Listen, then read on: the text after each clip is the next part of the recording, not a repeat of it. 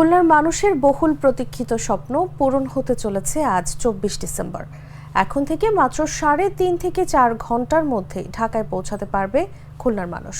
এতে ৩৭৬ কিলোমিটার থেকে পথ কমে আসবে ২০৮ কিলোমিটারে। এ নিয়ে খুলনার সাধারণ মানুষের মাঝে বিরাজ করছে ব্যাপক উৎসাহ উদ্দীপনা। আজ সকাল ৬টায় খুলনা থেকে ঢাকার উদ্দেশ্যে প্রথমবার ট্রেনটি ছেড়ে যায়। ঢাকাগামী ট্রেনটির নাম জাহানাবাদ এক্সপ্রেস। আনুষ্ঠানিকভাবে যাত্রা শুরুর আগে গত নভেম্বর মাসের শেষ সপ্তাহে যাত্রীবাহী ট্রেন নিয়ে হয় ট্রায়াল রান। বাণিজ্যিক যাত্রা শুরুর আগে সফলভাবে সম্পন্ন হয় নতুন রুটের পরীক্ষামূলক রেল চলাচল। এবার চূড়ান্ত সিদ্ধান্ত অনুযায়ী আজ ২৪ ডিসেম্বর থেকে প্রতি সপ্তাহে সোমবার ব্যতীত পূর্ব নির্ধারিত সময়সূচিতে এই রুটে নিয়মিত ট্রেন চলবে।